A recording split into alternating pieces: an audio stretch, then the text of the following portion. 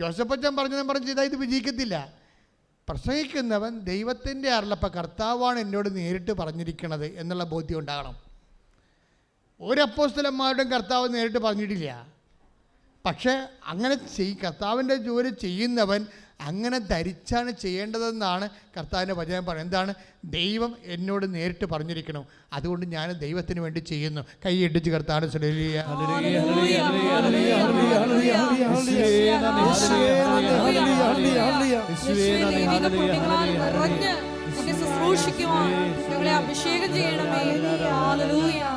രോഗികളെ പോയി കാണുന്നവരെ കുറിച്ച് കർത്താവിൻ്റെ വചനം പറയുന്നുണ്ട്.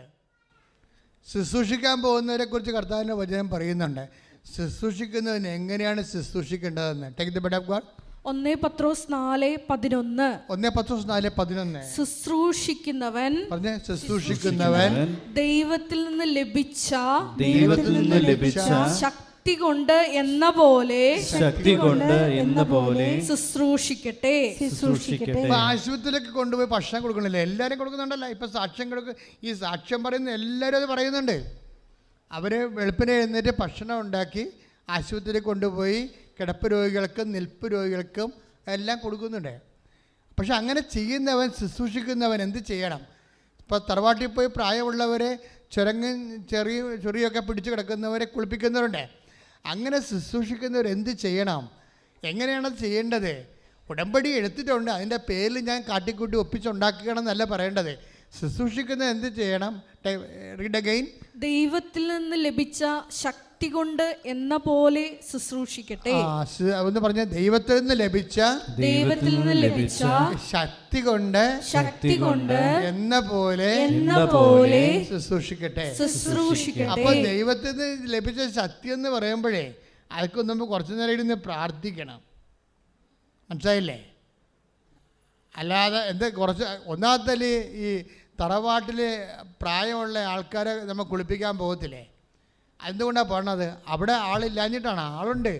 അവിടെ മരുമകളെ ഏതെങ്കിലും ഒരുത്തി ഉണ്ടാവുമല്ലോ. അവിടെ അവർക്ക് 2 കുഞ്ഞുങ്ങളൊക്കെ ഉണ്ട്. അവിടെ കൈ ഒഴിയാത്തത് കൊണ്ടാണ് നമ്മൾ മറ്റു സ്ഥലങ്ങളിൽ നിന്നും മക്കളായിട്ട് പെൺമക്കളായിട്ടുള്ളവരും അതുപോലെ ഒരു നാത്തൂന്മാരായിട്ടുള്ളവരും വീട്ടിൽ പോയി അത് ചെയ്യണത്. അത് നമ്മൾ ചെയ്യുമ്പോൾ ചിലപ്പോൾ എന്താ ചെയ്യാൻ സംഭവിക്കാൻ പോകണം? എന്താ, നിങ്ങൾ ഈ അമ്മയപ്പനെ അല്ലെങ്കിൽ അപ്പാപ്പനെ കുളിപ്പിക്കാൻ വേണ്ടി ചെല്ലുമ്പോൾ അവിടെ ആ തറവാട്ടിൽ താമസിക്കുന്ന ആൾ അവിടെ നിന്നുകൊണ്ട് വീഡിയോ ഗെയിം കളിക്കായിരിക്കും കാണിച്ച് ചെയ്യണത് എന്ന് ചിന്തിക്കേ. അപ്പോൾ നിങ്ങൾ അവിടെ തന്തക്കം പിടിച്ചിട്ട് തിരിച്ചു വരും. പിന്നെ ഇവൾക്കൊക്കെ ഉണ്ടാക്കാൻ വേണ്ടി ഞാൻ പോയിട്ട് എന്താ കാര്യം? മനസ്സിലായോ? അപ്പം മനസ്സിലായില്ലേ? നിങ്ങൾക്ക് കാര്യം മനസ്സിലായി? സിറ്റുവേഷൻ മനസ്സിലായ? നിങ്ങൾ ഈ തറവാട്ടിലെ രോഗികളെ, കിടപ്പ് രോഗികളെ കണ്ട് കഴുകാനും കുളിപ്പിക്കാനും ചെല്ലുമ്പോൾ അതവിടെ ചെയ്യേണ്ട ആൾക്കാർ അവിടെ നിന്നിട്ട് വീഡിയോ ഗെയിം കാണുകയോ അല്ലെങ്കിൽ മൊബൈലിൽ കളിച്ചുകൊണ്ടിരിക്കുകയെന്ന് കാണുന്നത്. അപ്പോൾ സ്വാഭാവികമായിട്ട് നിങ്ങൾ ചെല്ലുമ്പോൾ തന്നെ അവർക്ക് ചെല്ലണം ഇഷ്ടമില്ല. കാര്യം എന്താണ്? അവരെ കൊച്ചാക്കാൻ വേണ്ടിയല്ലേ നിങ്ങൾ ചെല്ലണത്. തന്നെയല്ല, അവർ ചെയ്യണില്ലല്ലോ അത്. അപ്പോൾ 2 ശത്രുതയാണ് നിങ്ങൾക്ക് ലഭിക്കാൻ കാരണം. അപ്പോൾ ഈ കാശ് കൊടുത്ത് കടിക്കണ പട്ടണം മേടിക്കാനുണ്ടാ, പക്ഷെ മേടിക്കേണ്ടി വരും. കർത്താവിന് വേണ്ടി നിങ്ങളെ ചെയ്യേണ്ടി വരും. അതുകൊണ്ടാണ് പറയണത്, ശുശ്രൂഷിക്കുന്നവൻ ദൈവത്തിൽ നിന്ന് ശക്തി ലഭിച്ചില്ലെങ്കിൽ ശുശ്രൂഷിക്കാൻ പറ്റത്തില്ല. കാര്യം ശുശ്രൂഷയുടെ പിശാച്, എതിര് പിശാച് അവിടെ ഇരിപ്പുണ്ട്. അവൾ വീഡിയോ ഗെയിം കളിച്ചുകൊണ്ട് ഇരിപ്പുണ്ട്. അവിടെ എതിര് പിശാച് അവിടെ ഇരിപ്പുണ്ട്. അന്തിക്രിസ്തു ഇരിപ്പുണ്ട്. അന്തിക്രിസ്തു എന്ന് പറയണത് എന്താണ്? ക്രിസ്തുവിനെതിരെ വരുന്ന എല്ലാം അന്തിക്രിസ്തുവാണ്. ക്ലിയർ അല്ലേ? അവസാന കാലങ്ങൾ വരുന്ന കക്ഷിയല്ല. അതായത് ക്രിസ്തുവിൻ്റെ അരൂപിക്കെതിരെ വരുന്ന ആരായാലും അന്തിക്രിസ്തുവാണ്. അന്തിക്രിസ്തു ലോകത്ത് നേരത്തെ ഉണ്ടെന്ന് പറഞ്ഞിട്ടുണ്ട്. പിന്നെ നമുക്ക് എന്തുകൊണ്ട് പ്രതീക്ഷിച്ചുകൂടാ? ചിലപ്പോൾ നിന്റെ നാത്തൂനായിരിക്കും, ചിലപ്പോൾ നിൻ്റെ മരുമകളായിരിക്കും, അമ്മായിയമ്മയൊക്കെ അയൽവാസിയായിരിക്കും, പക്ഷേ കക്ഷി അന്തിക്രിസ്തു ആയിരിക്കും. Take the bed of God. അന്തിക്രിസ്തു. 1 യോഹന്നാൻ 4:3 യേശുവിനെ ഏറ്റുപറയാത്ത ആത്മാവ് ദൈവത്തിൽ നിന്നല്ല, പറഞ്ഞില്ലേ? വരാനിരിക്കുന്നു. എന്താ പറയണത്? എന്താ പറയുക? യേശുവിനെ ഇപ്പം എന്താ സംഭവിച്ചിരിക്കണേ? ആ വീട്ടിലാണ് അപ്പാപ്പനുള്ളത്. അയാൾക്ക് നടക്കാൻ പറ്റണില്ല, കിടപ്പാണ്. തൂറുമുള്ളും എല്ലാം കട്ടിലത്ത് തന്നെയാണ്. അതിനകത്തിൻ്റെ ചൂടുവെള്ളം നനച്ച് കുളിപ്പിച്ചിട്ട് മാസങ്ങളായിട്ടുണ്ട്. അത് ചെയ്യാനുള്ള ആളാണ് അവിടെ വീഡിയോ ഗെയിം കളിച്ചുകൊണ്ടിരിക്കുന്നത്, അന്തിക്രിസ്തു. കണ്ടില്ലേ? അപ്പം നിങ്ങൾ അവിടെ ജീവിക്കുമ്പോൾ അവിടെ അടുത്തേക്കാണ് ചെല്ലണത്. അപ്പോഴെന്താ ചെല്ലണത്? നിങ്ങൾക്ക് ശക്തി ഇല്ലെങ്കിൽ ചെയ്യാൻ പറ്റത്തില്ല. അതുകൊണ്ടാണ് ശുശ്രൂഷിക്കുന്നവൻ ദൈവത്തിൽ നിന്ന് ശക്തി ലഭിച്ച പോലെ ശുശ്രൂഷിക്കണമെന്ന് പറയുന്നത്. നേരത്തെ പ്രാർത്ഥിച്ച് ഒരുങ്ങി വേണം ഇങ്ങനെ ഉള്ള കാര്യങ്ങൾക്ക് പോകാൻ. അല്ലെങ്കിൽ നമുക്ക് ഈടറവുണ്ടാവും, അല്ലെങ്കിൽ നമ്മുടെ മനസ്സിടിച്ചിലുണ്ടാവും. എനിക്കെന്ത് കാര്യം? നമ്മളെന്താ പറയണത്? അപ്പൻ്റെ ഓഹരി തിന്നണത് അവളല്ലേ? പാറ്റാപ്പഴുക്ക് ഉണങ്ങണതാണ് എന്തിനാ? എള്ള ഉണങ്ങണത് എണ്ണ കിട്ടാൻ. അവരാണ് എള്ള്, നമ്മൾ പാറ്റാപ്പഴുക്കല്ലേ, എന്തിനാണ് ഉണങ്ങണതെന്ന് ചോദിക്കും. മനസ്സിലായ? അപ്പം ഇങ്ങനെ ക്രിസ്തുവിനെതിരായിട്ടുള്ള അരൂപികൾ നമ്മുടെ പ്രവർത്തനം മണ്ഡലങ്ങളിൽ ഉള്ളത് കാരണം നമുക്ക് ശക്തി വേണം. അതുകൊണ്ടാണ് 1 Petrus 4:11 പറയണത്, ശുശ്രൂഷിക്കുന്നവൻ ദൈവത്തിൽ നിന്ന് ശക്തി ലഭിച്ചവനെ പോലെയാണ് പോയി ശുശ്രൂഷിക്കേണ്ടത്. കാര്യം എന്താണ്? ശക്തി കെടുത്താൻ വേണ്ടി അന്തിക്രിസ്തു അവിടെ തന്നെ ഓൾറെഡി ഉണ്ട്. Take the word of God. അന്തിക്രിസ്തു 1 യോഹന്നാൻ 4:3 യേശുവിനെ ഏറ്റുപറയാത്ത ആത്മാവ് ദൈവത്തിൽ നിന്നല്ല, വരാനിരിക്കുന്നു എന്ന് നിങ്ങൾ കേട്ടിട്ടുള്ള അന്തിക്രിസ്തുവിന്റെ ആത്മാവാണ് അത്. ഇപ്പോൾ തന്നെ അത് ലോകത്തിലുണ്ട്. കൈയിടിച്ച് കർത്താവിനെ സ്തുതിക്കട്ടെ. ഹല്ലേലൂയ, ഹല്ലേലൂയ, ഹല്ലേലൂയ. അന്തിക്രിസ്തു ഇപ്പൊ തന്നെ ഉണ്ടെന്ന്. എന്താ കാര്യം? അവളുടെ ഉത്തരവാദിത്വത്തിൽ ആ മനുഷ്യൻ്റെ ഓഹരി കൊണ്ടാണ് ഇവൾ ജീവിക്കണത്. അവളുടെ ഭർത്താവും മക്കളും ജീവിക്കണതെല്ലാം ആ മനുഷ്യൻ നേടിയെടുത്ത ഓഹരി കൊണ്ടാണ്. പക്ഷെ ആ മനുഷ്യൻ്റെ മേത്ത് വെള്ളം പോലും ഒഴിക്കത്തില്ല. അതാണ് ക്രിസ്തുവിൻ്റെ അരൂപിയില്ലാത്ത ആത്മാവ് അന്തിക്രിസ്തുവാണ് ഇപ്പം തന്നെ ഉണ്ടെന്ന്. അവരായിരിക്കും നിങ്ങളുടെ ശത്രു. അതുകൊണ്ട് അവരുടെ ശത്രുവിനെ അതിജീവിച്ചുകൊണ്ട് ജോലി ചെയ്യണമെങ്കിൽ നിങ്ങൾക്കെന്ത് വേണം? ദൈവത്തിൻ്റെ ശക്തി വേണം. അതുകൊണ്ടാണ് 1 Petrus 4:11 പറയണത്. അപ്പോൾ പ്രേക്ഷിത വേലെന്ന് പറയുന്നത് നിസ്സാരമല്ല. അത് നിങ്ങൾ തന്നെ ശക്തീകരിക്കുകയും ദൈവത്തിന് ശക്തി ആർജിച്ചുകൊണ്ട് സുവിശേഷത്തിൻ്റെ സാക്ഷിയാകാൻ വേണ്ടിയുള്ള ദൈവത്തിൻ്റെ ഓപ്ഷനാണ്. നിങ്ങളുടെ വിളിയാണ്. പ്രാർത്ഥിക്കുക, കർത്താവേ, അന്തിക്രിസ്തുക്കളുള്ള നാട്ടിലെ നിന്റെ സത്യനാമത്തിന് വേണ്ടി ശുശ്രൂഷ ചെയ്യാൻ എന്നെ ശക്തിപ്പെടുത്തണമേ.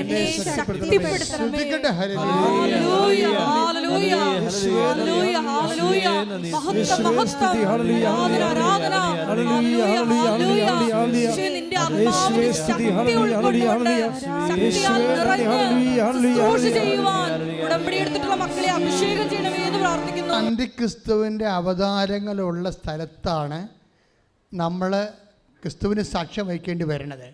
അത് കുടുംബങ്ങളിലായാലും ആശുപത്രിയിലായാലും എല്ലായിടത്തും അന്തിക്രിസ്തുവിനെ കാണാൻ പറ്റും. അപ്പോൾ സ്വാഭാവികമായിട്ട് നമുക്കുണ്ടാകാൻ പറ്റണത് എന്താണ്? മുറുമുറുപ്പുണ്ടാകും ഓരോ തരത്തിൽ. അങ്ങനെയുള്ള മുറുമുറുപ്പുണ്ടാകുമ്പോൾ നിങ്ങളുടെ ചൈതന്യം നിങ്ങൾക്ക് എടുത്തിക്കളയും. അത് ബൈബിൾ എന്താ പറയണത്? ആരുമായിട്ട് കമ്പയർ ചെയ്യരുത്. ഇങ്ങനെയുള്ള ആൾക്കാർ കൈ കൊടുക്കാൻ പോകരുത്. അതിൻ്റെ പേര് അവരുമായിട്ട് മുറുമുറുപ്പ് ഉണ്ടാക്കരുത്. ഫിലിപ്പിയർ 2:14-15. Take the word of God. ഫിലിപ്പിയർ 2:14. ശ്രുതികട്ടെ. ഹല്ലേലൂയ, ഹല്ലേലൂയ, ഹല്ലേലൂയ. 2:14 എല്ലാ കാര്യങ്ങളും മുറുമുറുപ്പും തർക്കവും കൂടാതെ ചെയ്യുവിൻ. ഈ കക്ഷികളൊക്കെ ഉണ്ടെങ്കിൽ സ്വാഭാവികമായിട്ട് എന്താ സംഭവിക്കണത്? മുറുമുറുപ്പുണ്ടാകും. ഒന്നുമില്ലെങ്കിൽ അവരെങ്കിലും പറയും, ദേ പിശാച് വന്നിട്ടുണ്ടെന്ന് അവർ പറയും. നമ്മളെ കാണുമ്പോൾ നമ്മൾ പഠിക്കേട്ട് നമ്മുടെ നിഴൽ കാണുമ്പോൾ തന്നെ പിശാച് ഇറങ്ങിയിട്ടുണ്ടോ, എന്ന് വല്ല കുഴപ്പമുണ്ടോയെന്ന് ചോദിക്കും. അവർ നമ്മൾ വിളിക്കും. അപ്പോൾ തന്നെ അപ്പോൾ പിന്നെ നിങ്ങളും എന്തെങ്കിലും പറയാൻ സാധ്യത ഉള്ളതുകൊണ്ടാണ് നിങ്ങളെ ജാമ്യത്തിലെടുക്കണത് ബൈബിള്. നിങ്ങൾ എന്തെങ്കിലും പറയാൻ സാധ്യത ഉള്ളത് കൊണ്ടാണ് പറയണത്. അങ്ങനെ പറഞ്ഞാൽ ഈ കൃപ പോകും. അതുകൊണ്ട് ഫിലിപ്പിയർ 2:14 ഒന്ന് വായിച്ചേ. എല്ലാ കാര്യങ്ങളും പറഞ്ഞേ. എല്ലാ കാര്യങ്ങളും മുറുമുറുപ്പും തർക്കവും കൂടാതെ ചെയ്യുവിൻ. എന്താ തർക്കം എന്ന് പറഞ്ഞാൽ എന്താണ്? അവർ ചെയ്യേണ്ട ജോലിയല്ലേ നിങ്ങൾ ചെയ്യാൻ പോണത്. ആ വീട്ടിലെ ഈ കിടപ്പ് രോഗിയുടെ ആസ്തി മുഴുവനും കൈകാര്യം ചെയ്യണത് എന്താണ്? അവരാണ്. അപ്പോൾ സ്വാഭാവികമായിട്ട് നിങ്ങളുടെ ഉള്ളിൽ തർക്കം ഉണ്ടാകും. അവരല്ലേ ഇത് കൈകാര്യം ചെയ്യണത്, നമുക്കെന്ത് കാര്യമൊക്കെ ചെയ്യാൻ എന്ന് നമുക്ക് തോന്നും. നാട്ടുകാരെ കുളിപ്പിച്ചാൽ ഈ പണ്ടാരത്ത് കുളിപ്പിക്കേണ്ട കാര്യം എനിക്കില്ലെന്ന് പറയും. അതാണ് തർക്കം. മനസ്സിലായില്ലേ? അതുകൊണ്ട് സ്വാഭാവിക മാനുഷികമായിട്ട് ഇങ്ങനെ തോന്നാൻ സാധ്യതയുള്ളതുകൊണ്ടാണ് നിങ്ങൾ വചനം ജാമ്യത്തിലെടുക്കുന്നത്. എന്താ പറയണത്? ഫിലിപ്പിയർ 2:14 ഇതൊന്ന് വായിച്ചേ. എല്ലാ കാര്യങ്ങളും പറഞ്ഞേ. എല്ലാ കാര്യങ്ങളും മുറുമുറുപ്പും തർക്കവും കൂടാതെ ചെയ്യുവിൻ. അടുത്ത വായിച്ചേ. അടുത്ത വചനം. അങ്ങനെ നിങ്ങൾ നിർദോഷരും നിഷ്കളങ്കരുമായി തീർന്ന് വഴിപിഴച്ചതും വക്രതയുള്ളതുമായ തലമുറയുടെ ഇടയിൽ കുറ്റമറ്റ ദൈവമക്കളാവട്ടെ അവരുടെ മധ്യേ ലോകത്തിൽ നിങ്ങൾ വെളിച്ചമായി പ്രകാശിക്കുകയും ചെയ്യട്ടെ. ഇവരുടെ മധ്യയാണ് ഇവര് പറഞ്ഞ ഇവര് ഇരുട്ടാണെന്നാണ് മജയം പറയണത്. ഈ ടൈപ്പ് പാർട്ടിക്കാർ ബേസിക്കായിട്ട് എന്താണ്? ഇരുട്ടാണ്. ഇവരുടെ മധ്യ നമ്മളെന്താണ്? മറ്റൊരു ഇരുട്ടായിട്ട് മാറരുത്. നിങ്ങൾ മത്സരമായിട്ട് പോയി കഴിഞ്ഞാൽ അവരെക്കാൾ വലിയ ഇരുട്ടായിട്ട് നിങ്ങൾ മാറും. അതുകൊണ്ട് അവിടെ മധ്യ നിങ്ങൾ എന്ത് ചെയ്യണം? വെളിച്ചമായി മാറണം. കൈയിട്ടിച്ച് കർത്താവേ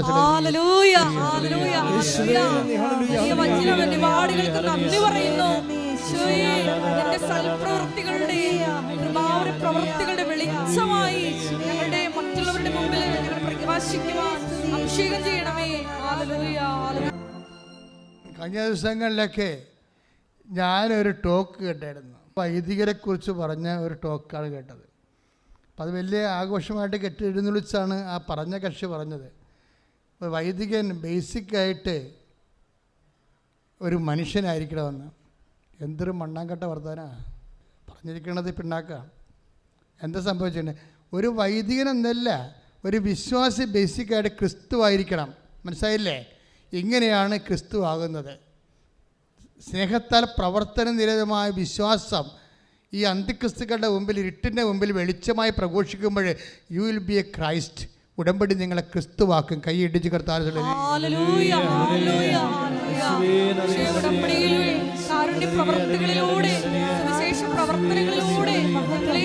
മറ്റൊരു ക്രിസ്തുവാക്കി രൂപാന്തരപ്പെടുത്തണമേ എന്ന് പ്രാർത്ഥിക്കുന്നു.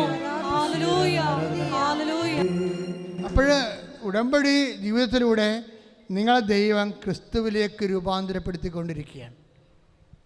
നിങ്ങൾക്കറിയണം, 90 ദിവസത്തിലൂടെ സംഭവിക്കുന്ന മഹാ അത്ഭുതമാണിത്. പണ്ട് ഒരു ധ്യാനം കൂടുമ്പോൾ എത്രയോ കാലം കാത്തിരിക്കണം ഒരു മനുഷ്യൻ ചേഞ്ച് ചെയ്ത് സൽപ്രവർത്തികളിലേക്ക് വരണമെങ്കിൽ. പ്രാരംഭ ധ്യാനം, വളർച്ചാ ധ്യാനം, ആന്തരിക സൗഖ്യ ധ്യാനം, പ്രാർത്ഥന അനുഭവ ധ്യാനം, വരദാനങ്ങളുടെ ധ്യാനം കഴിയുമ്പോഴാണ് എവിടെയെങ്കിലും എത്തണത്. ഇങ്ങനെയല്ല. ഇന്ന് സത്യസന്ധമായിട്ട് 90 ദിവസം ഉടമ്പടിയുടെ ആധ്യാത്മികമായ അരൂപി ഉൾക്കൊണ്ടുകൊണ്ട് നീ ക്രിസ്തുവിന് വേണ്ടി പോരാടുമ്പോൾ നീ ഓട്ടോമാറ്റിക്കായിട്ട് അന്തിക്രിസ്തു സൃഷ്ടിക്കുന്ന ഇരുട്ടിനെതിരെ ക്രിസ്തുവാകുന്ന പ്രകാശവാഹകനായിട്ട് നീ മാറുന്നു. ശ്രുതികട്ടെ.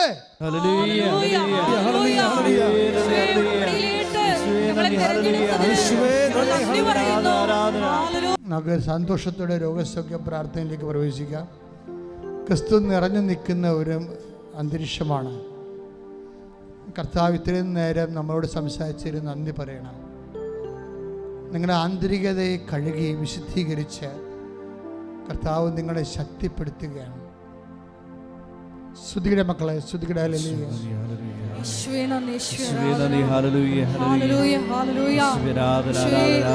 വചനത്താൽ ധന്യരാക്കിയതിനെ ഓർത്ത് ഞങ്ങൾ നന്ദി പറയുന്നു. മഹത്വം ഞങ്ങളെ വിശദീകരിക്കുന്നതിനെ ഓർത്ത് നന്ദി പറയുന്നു. ആരാധന, ഹല്ലേലൂയ, ഹല്ലേലൂയ, മഹത്വം, മഹത്വം, ആരാധന, ആരാധന, ഹല്ലേലൂയ, ഹല്ലേലൂയ, യേശുവേ നന്ദി. എൻ്റെ പ്രിയപ്പെട്ടവരെ, രോഗികളെ പ്രാർത്ഥിക്കുന്ന സമയമാണ്. ഓൺലൈനിൽ പ്രാർത്ഥിക്കുന്നവരായാലും ശരി, ഈ ധ്യാനം സാധാരണ കൂടുന്നത് ഏറ്റവും കുറഞ്ഞത് 2.5 ലക്ഷം ആൾക്കാരാണ് നമുക്കൊരാഴ്ചയിൽ ഈ ധ്യാനം കൂടുന്നത്. അവരെ എല്ലാവരെയും ഞാൻ മനസ്സിൽ കണ്ടുകൊണ്ടാണ് ഇപ്പോൾ പ്രാർത്ഥിക്കുന്നത്.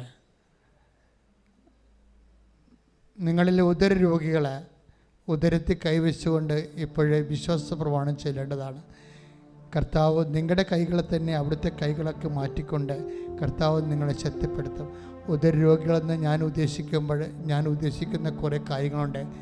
ബ്ലീഡിങ് മാറാത്തവരെ, പീരീഡ്സ് ദിവസങ്ങളോളം നീണ്ടു നിൽക്കുന്നവരെ, കുടലിൽ കുരുക്കളുള്ളവർ, അൾസർ രോഗികൾ, ഗർഭാശയ രോഗികൾ, ഗർഭാശയത്തിൽ സിസ്റ്റുള്ളവർ, സാധാരണഗതിയിൽ ഈ ട്യൂബിൽ പ്രഗ്നൻസി ആകുന്നവർ, അതുപോലെ ഗർഭപാത്രം ഇടിവ് തട്ടിയവർ, അങ്ങനെ എല്ലാവരെയും അരിസസ് രോഗികൾ, അൾസർ രോഗികൾ, പിസ്റ്റുല രോഗികൾ, PCOD രോഗികൾ എല്ലാവരെയും ഇപ്പോൾ ഓർക്കുകയാണ്.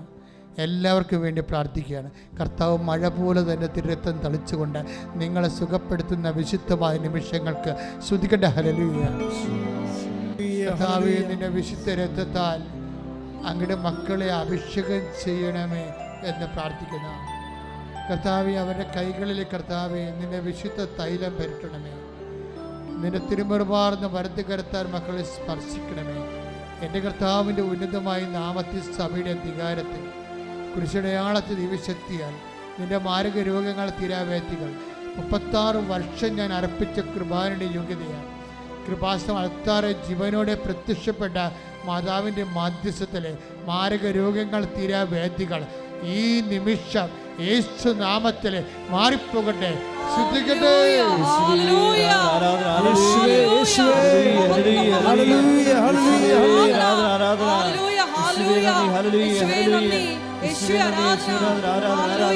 പ്രാർത്ഥിക്കുമ്പോൾ ഓൺലൈനിൽ പ്രാർത്ഥിക്കുന്നവർ പറയുന്ന സ്ഥലങ്ങളിൽ യേശുനാമത്തിൽ കൈവച്ചുകൊണ്ട് വേണം വിശ്വാസപ്രമാണം ചെല്ലാൻ. ഇപ്പോൾ കിഡ്നി രോഗികളെ കർത്താവ് സുഖപ്പെടുത്തുന്ന സമയമാണ്. കിഡ്നി സ്ഥലങ്ങളിൽ കൈവച്ചുകൊണ്ട് പ്രാർത്ഥിക്കേണ്ടതാണ്. ഒരു കാര്യം വ്യക്തമാണ്, കർത്താവിന് ഇതിനെ അഡ്വാൻസ് ചെയ്യാതെ നിങ്ങളെ കിഡ്നി രോഗത്തെയും ക്രിയാറ്റിനെയും അഡ്രസ്സ് ചെയ്യാനും അറസ്റ്റ് ചെയ്യാനും കഴിയും. അതുകൊണ്ട് സന്തോഷമായിരിക്കണം. അത് തന്നെ കരൾ രോഗികളെ നെഞ്ചിൽ കൈവെക്കണം.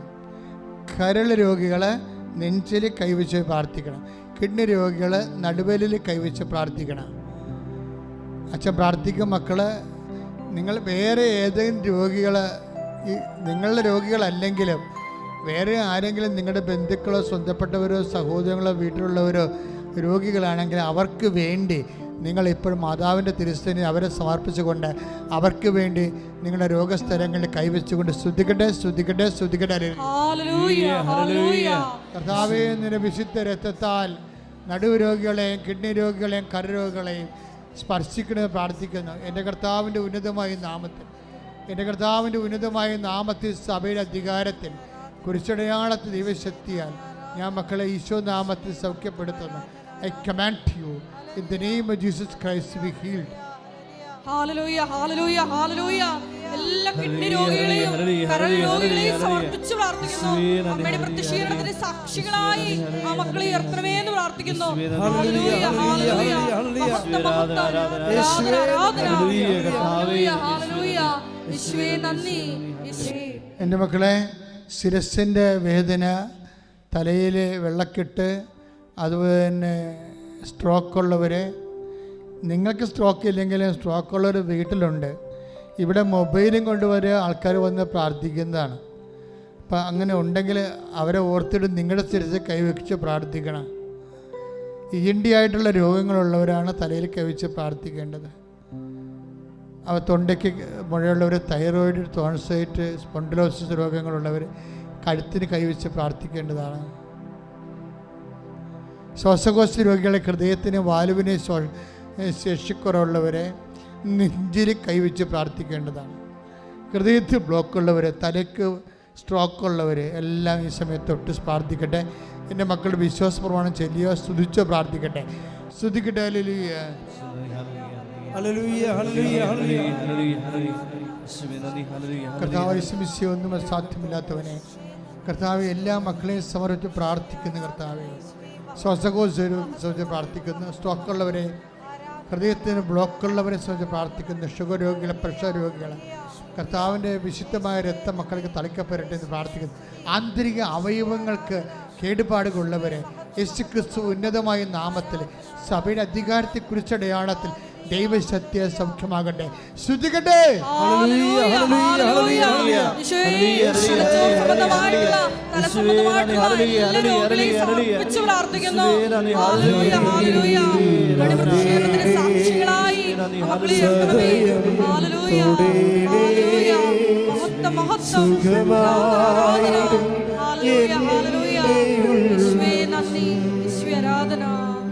പരിശുദ്ധ പരമ ദിവ്യകാരുണ്യത്തിന്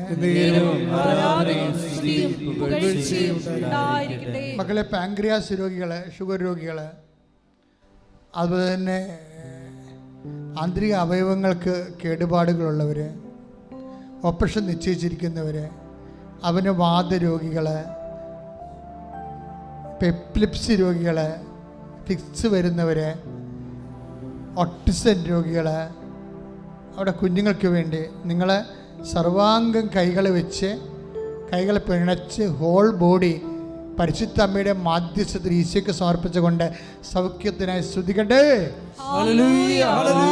കർത്താവിൻ്റെ ഉന്നതമായ നാമത്തിലെ സഭയുടെ അധികാരത്തെ കുരിശടയാളത്തിൽ 36 വർഷം ഞാൻ അർപ്പിച്ച കൃപാന്റെ യുഗതയാണ്. കൃപാസ്ഥാൽത്താറെ ജീവനോടെ പ്രത്യക്ഷപ്പെട്ട മാതാവിൻ്റെ മാധ്യസ്ഥത്തിലെ പിതാവിൻ്റെയും പുത്രൻ്റെയും പരിശുദ്ധാത്മ നാമത്തിൽ നിങ്ങൾ സൗഖ്യം പ്രാപിക്കട്ടെ. I command you in the name of Jesus Christ to be healed. Hallelujah, hallelujah, hallelujah. Praise the Lord. മക്കളെ, ഇനി പ്രാർത്ഥിക്കാൻ പോകുന്നത് ഭൗതിക ജീവിതത്തിൻ്റെ സമ്മർദ്ദങ്ങളിലും പ്രതികൂലമായ ജീവിത സാഹചര്യങ്ങളും തടസ്സങ്ങൾ ദോഷങ്ങൾ കിടക്കുന്നവരുടെ വിടുതലിന് വേണ്ടിയാണ് പ്രാർത്ഥിക്കുന്നത്. ഇത് നിങ്ങൾ കാത്തിരുന്ന ഒരു പ്രാർത്ഥനയാണ്. ഇതിലെല്ലാ വിഷയവും പെടും. നിങ്ങൾക്കറിയാം, മാതാവ് സമയ ഘടികാരം നെഞ്ചിൽ ചാർത്തി 2004 പ്രത്യക്ഷപ്പെടുമ്പോൾ ദുരന്തമുണ്ടാകാൻ പോണ് പ്രാർത്ഥിക്കണമെന്നാണ് പറഞ്ഞത്. അതിൽ ജീവിതത്തിൻ്റെ എല്ലാ ദുരന്തങ്ങളും പെടുന്നുണ്ട്. അതാണ് ഈ സാക്ഷ്യങ്ങൾ കേൾക്കുമ്പോൾ മനസ്സിലാകും. എല്ലാം അമ്മ റെസ്പോണ്ട് ചെയ്യുന്നത് കാണാം. അതുകൊണ്ട് തന്നെ ജോലിയില്ലാത്തവർ, ജോലി തടസ്സം കിടക്കുന്നവർ, വിസ ലഭിക്കാത്തവർ, ഓഫർ ലെറ്റർ പോലും ലഭിക്കാത്തവർ, ഓഫർ ലെറ്റർ ലഭിച്ചവർക്ക് അക്കോമഡേഷൻ കിട്ടാത്തവർ, ഓഫർ ലെറ്റർ ലഭിച്ചവർക്ക് പരീക്ഷ പാസ്സാകാത്തവർ, പല പ്രാവശ്യവും തോറ്റുപോയവർ, IELTS, MOH, HAD, OET, അതുപോലെയുള്ള PT എക്സാംസ്, പ്രൊഫഷണൽ എക്സാം, മത്സര പരീക്ഷകൾ, PSC, അങ്ങനെയുള്ള എല്ലാ പരീക്ഷകളെയും അവിടെ അനുകൂലമായ റിസൾട്ടിന് വേണ്ടി കൊതിച്ച് പ്രാർത്ഥിക്കുന്നവരെ, കണ്ണീരോടെ പ്രാർത്ഥിക്കുന്നവരെ, അവരെല്ലാം ഇപ്പോൾ ഓർത്ത് പ്രാർത്ഥിക്കാൻ പോകുന്നത്. ജപ്തി നടപടി നേരിടാൻ പോകുന്നവരെ, മരിയൻ അറ്റാച്ച്മെൻ്റ് എന്ന് പറഞ്ഞ പ്രാർത്ഥനയുണ്ട്. അതാണ് ജപ്തി നടപടിക്കെതിരെ ഉള്ളത്. നിങ്ങളുടെ പുരയിടം, വസ്തുവകൾ, സാവരജംഗ വസ്തുക്കൾ അമ്മയുടെ സംരക്ഷണത്തിൽ സമർപ്പിച്ചുകൊണ്ടുള്ള സമർപ്പണ പ്രാർത്ഥനയാണ് മരിയൻ അറ്റാച്ച്മെൻ്റ് എന്ന് പറയുന്നത്. ജപ്തിക്കാർ വരുമ്പോൾ ഞാൻ ആ പ്രാർത്ഥനയാണ് പ്രാർത്ഥിക്കുന്നത്. അതൊക്കെ ഇനിയുള്ള കാലങ്ങൾ ഇതുപോലെ നരകം പിടിച്ചൊരു കാലമാണെന്ന് കോവിഡിന് മുമ്പ് തന്നെ അമ്മ സൂചന നൽകിയായിരുന്നു. എത്രയോ മുമ്പേ നമ്മളോട് പറഞ്ഞു ദുരന്തമുണ്ടാകാൻ പോണ പ്രാർത്ഥിക്കണമെന്ന്. ദുരന്തം വന്നിട്ട് അഭയാർത്ഥികളെപ്പോലെ വീടും കൂടും വിറ്റ് ജനങ്ങൾ നാട് വിട്ടു പോയിക്കൊണ്ടിരിക്കുകയല്ലേ. നിങ്ങൾക്ക് തോന്നുന്നത് ജോലി തേടിപ്പോവുകയാണെന്ന്. അവിടെ പോകുന്നവർക്കെല്ലാം സുഖമാണെന്നാണ് നിങ്ങൾ ധരിക്കണത്. അവരോട് ചോദിക്കണ വിഷയം അറിയണമെന്നുണ്ടെങ്കിൽ അവർക്ക് സ്വന്തം ജീവിച്ച നാടും വിട്ട് നഷ്ടപ്പെട്ടു. അവിടെ തന്നെയാണെങ്കിൽ അവർക്ക് ജീവിക്കാൻ അവർ കാലാവസ്ഥയോട് വരെ പൊരുതേണ്ട ഒരവസ്ഥയാണ്. അപ്പം അങ്ങനെയുള്ള എല്ലാ സ്ഥലങ്ങളിലും വേദനിക്കുന്ന, ഓരോരോ രാജ്യങ്ങളിൽ വേദനിക്കുന്ന നമ്മൾ മക്കളുണ്ട്.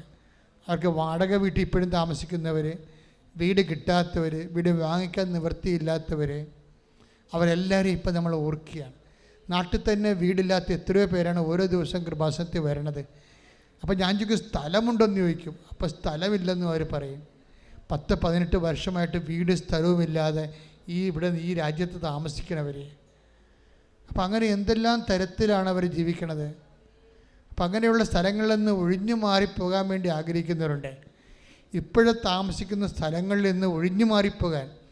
അപ്പം നമ്മളവർക്ക് അവിടെ ആൾക്കാരൊക്കെ വിട്ടു പോകാൻ പോവുകയാണ്, ഇവരുടെ സ്വാർത്ഥതയ്ക്ക് പോകാൻ പോകും. അങ്ങനെയല്ല, അവർക്കവിടെ ജീവിക്കാൻ പറ്റണില്ല. അതാണ് പ്രശ്നം. അവർക്കൊരു സമാധാനമില്ല അവിടെ താമസിച്ചിട്ട്. ഇപ്പോൾ എൻ്റെ അടുത്താ വന്ന് പറയണമെങ്കിൽ ഞാൻ 24 മണിക്കൂറിനുള്ളിൽ അവരുടെ നിന്ന് മാറാനുള്ള എൻ്റെ മാതാവിൻ്റെ തിരുസന്നിധിയിൽ ആ പ്രത്യേക പ്രാർത്ഥന ചൊല്ലി അവരെ സഹായിക്കും. ചിലരോട് പറയും മക്കൾ മാറണ്ട, ഈ സാഹചര്യം ഇപ്പം മാറും, കുറച്ച് ഇപ്പം മാറും, ഇത്തിരി വെയിറ്റ് ചെയ്യാൻ പറയും.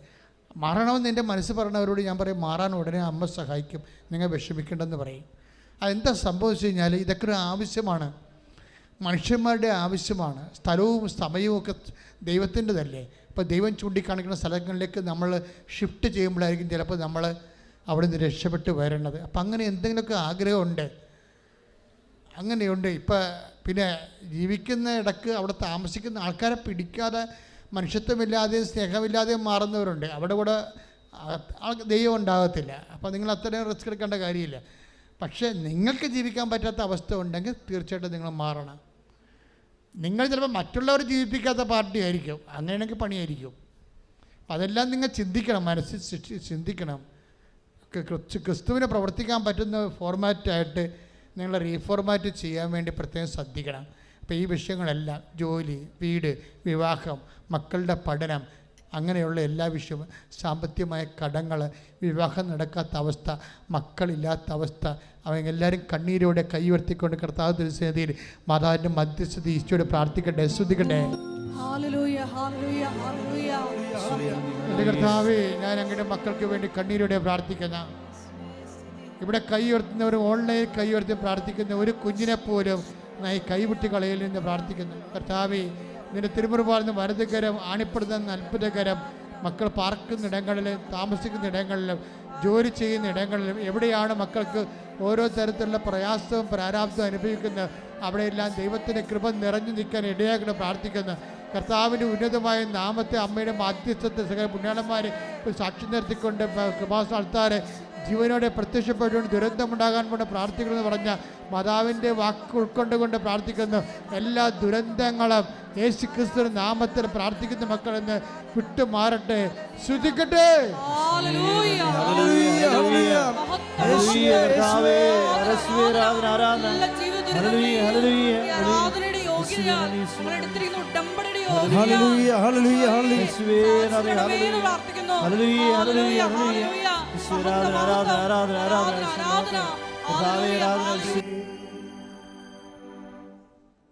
മുട്ടതിക്ക് സമാപന ആശീർവാദം.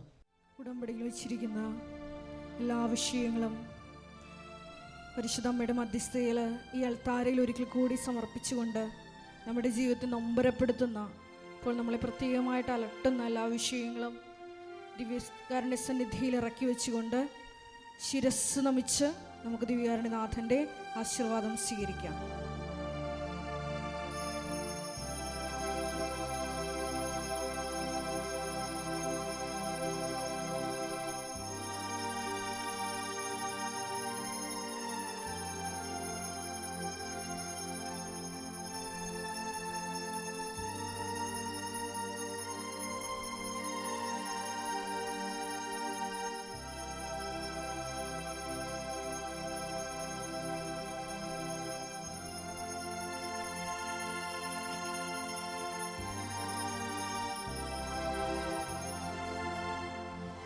പരിശുദ്ധ പരമമാ ദിവ്യകാരുണ്യമേ, എന്നുമെന്നും അങ്ങേയ്ക്കാരാധന. പരിശുദ്ധ പരമമാ ദിവ്യകാരുണ്യമേ, എന്നുമെന്നും അങ്ങേയ്ക്കാരാധന. പരിശുദ്ധ പരമമാ ദിവ്യകാരുണ്യമേ, എന്നുമെന്നും അങ്ങേയ്ക്കാരാധന.